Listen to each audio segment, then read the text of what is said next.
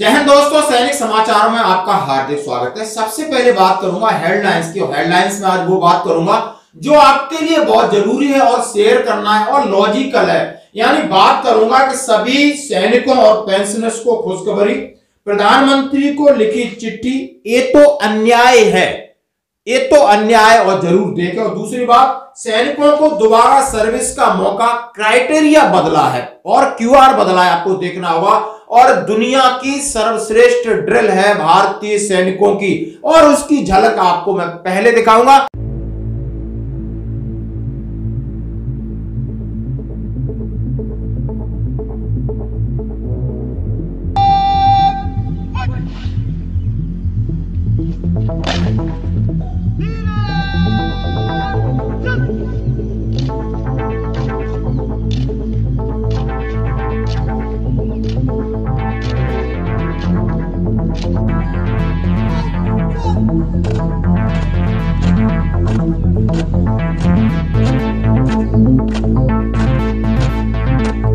उसके बाद पूरा वीडियो बाद में दिखाऊंगा।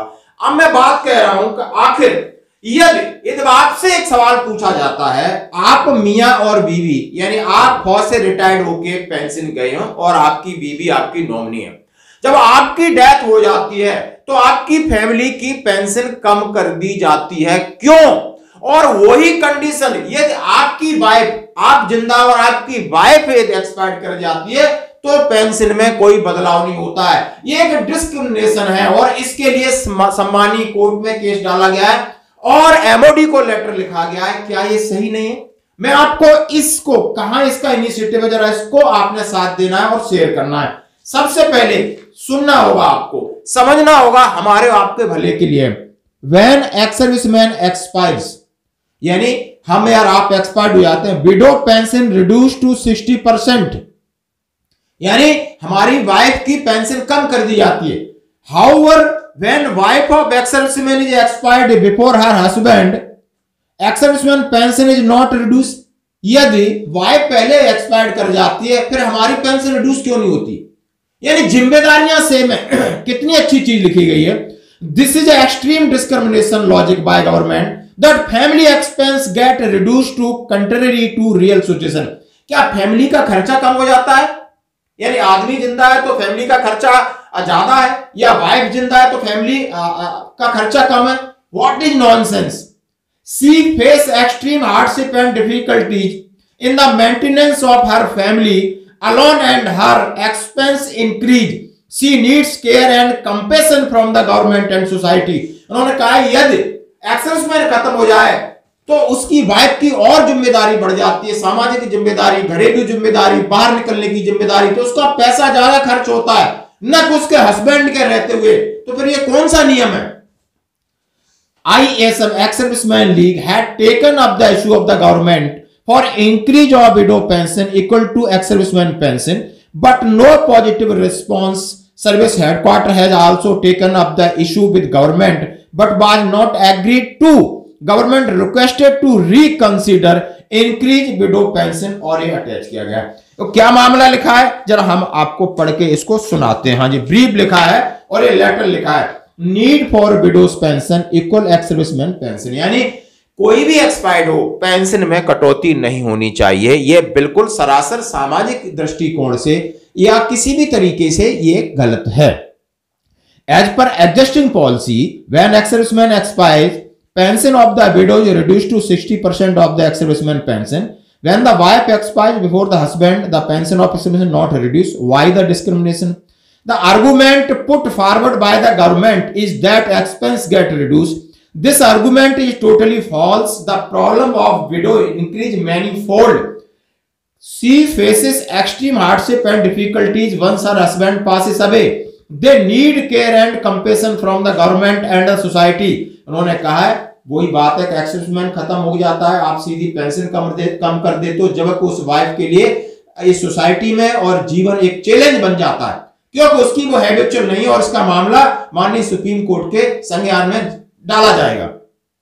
There are approx 6.45 lakh defence widows across the country, यानी 6,45,000 विधवा हैं जो डिफेंस सर्विस की जो है approx 40 to 50,000 soldier passes away every year, यानी 40 से 50,000 यानी सेना के जवान खत्म होते। 80% of the widow belong to below अफसर rank OR NCO JCO and further majority of the widow belong to villagers are less educated with hardly and professional qualification and do not get any job. On the demise of pensioners, expense actually increase. The widow will still need to pay bills, maintenance, electricity, education. उन्होंने कितना अच्छी बात कहा है कि बहुत सारी ऐसी विधवा हैं जो गांव में अपना जीवन यापन कर रही है, वो पढ़ी लिखी नहीं है, वो जॉब नहीं कर सकती, उनकी सामाजिक जिम्मेदारी, घरेलू जिम्मेदारी बढ़ जाती है। ऐसे में उनकी पेंशन कम करना ये खतरनाक खेल है, इसमें सुधार की आवश्यकता है, कतई नहीं होनी चाहिए। जबरदस्त दोस्तों। पहले ISM has taken up the issue increase of widow pension with the government many times, but there is a no positive response. This issue was also discussed with Secretary ESW से बात हुआ by the ISM delegation on 22 June 2023. The secretary informed that issue increased widow pension was also taken up service headquarters with the government, but the same was not agreed to. यानी ये MOD के सामने रखा गया है और रक्षा मंत्रालय के सामने रखा गया है, उनके सेक्रेटरी से बातचीत हुई है, लेकिन अभी वो मानने के लिए तैयार नहीं। ISM strongly recommended that the existing policy of reduction of widow pension of 60% of ex-serviceman pension to be modified to increase her pension equal to the ex-serviceman pension. The policy of reduction and pension of widow 60% is also applicable to all government employees. The increase of widow pension will also extend of them with regard to general service. बिल्कुल जबरदस्त पहल है। इस मामले को, इस मांग को उठाने की बहुत जरूरत है। आप इससे सहमत हैं तो इस वीडियो को जरूर लाइक करें, शेयर करें, क्योंकि यह मामला बड़े पैमाने पर उठाने की तैयारी हो रही है और बिल्कुल तर्क संगत है, लॉजिकली है, जो कि आप समझ सकते हो। दोस्तों बढ़ते हैं अगली खबर की तरफ। सैनिकों को दोबारा सर्विस का मौका और क्या है क्राइटेरिया। हाँ जी दोस्तों, एक सैनिक जब रिटायरमेंट होके आता है, चाहे वो प्रिवेचर आए चाहे वो कलर सर्विस आए, साल 1.5 साल रहने के बाद उसको पता चल जाता है कि असली उसकी जिम्मेदारियां क्या है और समाज उसको कितना एक्सेप्ट करता है। क्या वो बिजनेस कर सकता है, क्या उसको गवर्नमेंट जॉब, ये दो चीजें नहीं होती तो फिर ऑप्शन होता है उसके पास प्राइवेट जॉब। घर में रहते हुए वो जॉब करना चाहता है, उससे गुजारा नहीं होता है, 10 से 15 हजार आपको मिलते हैं, फिर आपके लिए एक ही ऑप्शन बचता है, वो डिफेंस सिक्योरिटी कोर यानी DSC। और DSC के नियमों में भी बदलाव हो रहा है और ये नियम और जनवरी में हर एक सेंटर में मैक्सिमम रिक्रूटमेंट है। तो जो लोग इस बात के इच्छुक हैं अपने अपने सेंटरों में कोऑर्डिनेट करें जा सकते हैं। जैसे मेरे पास MEG है, BEG है, इनके लेटर हैं। As DSC recruitment rally for enrollment into DSC scheduled on 11 जनवरी 2024, रिपोर्टिंग डेट है 9-10 जनवरी 2024 शाम के 6 बजे तक, organize by MEG centre Bangalore में। एलिजिबिलिटी क्राइटेरिया एज अंडर, जरा ध्यान से सुन लेना। Education should be matric and above. Age limit है, सिपाही है तो आप 46 ईयर हैं, सिपाही यानी सिपाही का मतलब है NCO है तो 46 है, और क्लर्क में जाना चाहते हैं तो आपकी 48 ईयर से ज्यादा नहीं होनी चाहिए। करेक्टर आपका जो असेस किया है वो शुड बी एग्जाम्पलरी या very good, not below very good के नीचे है तो आप एक्सेप्ट नहीं किए जाओगे। Discipline, the ex-serviceman is eligible for re-enrolment to DSC should not have the following, यानी ये आपके पास तकमीह नहीं होने चाहिए।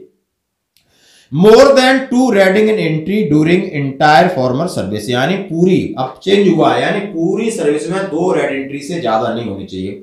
Punishment under army act section 34, 35, 36, 37 and 41 active service only, मतलब पनिशमेंट का जो दायरा है उसमें यही एक्सेप्ट है 34, 35, 36, 37, 41।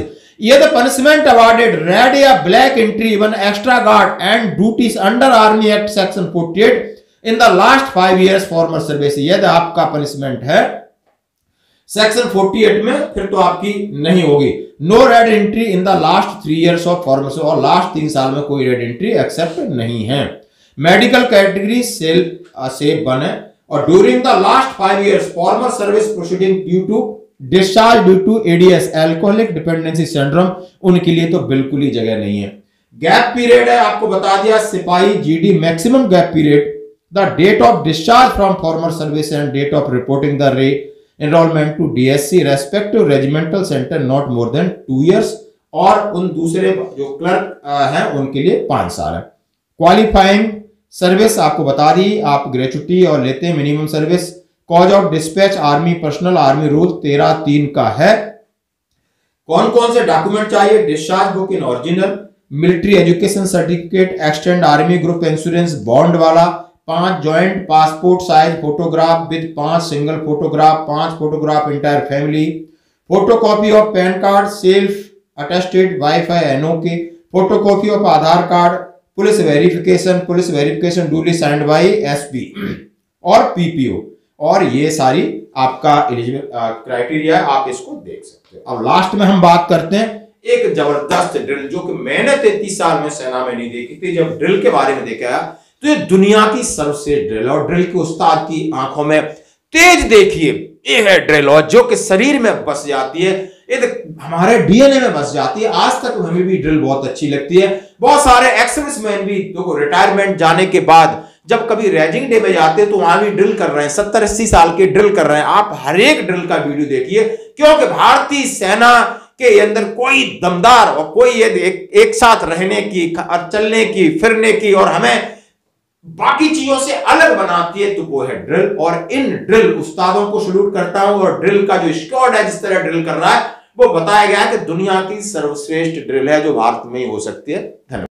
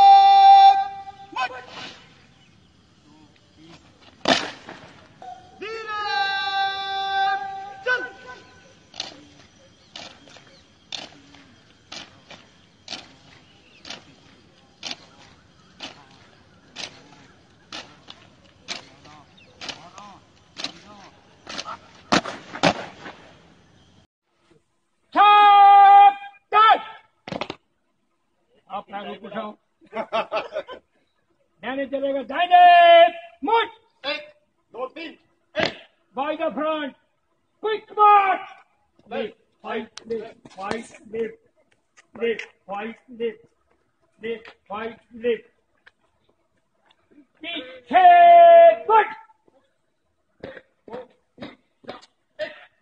Left right left left right left left right left, break थम, by the front, slow march. साउथ हो गए, slow down नहीं, slow down, heel up, knee tight. शाबाश, ब्रेक थम, काजम नहीं मिला था फादर।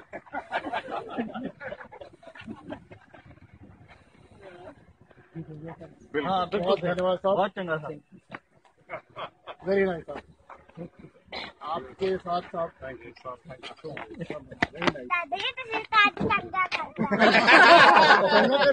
Very nice.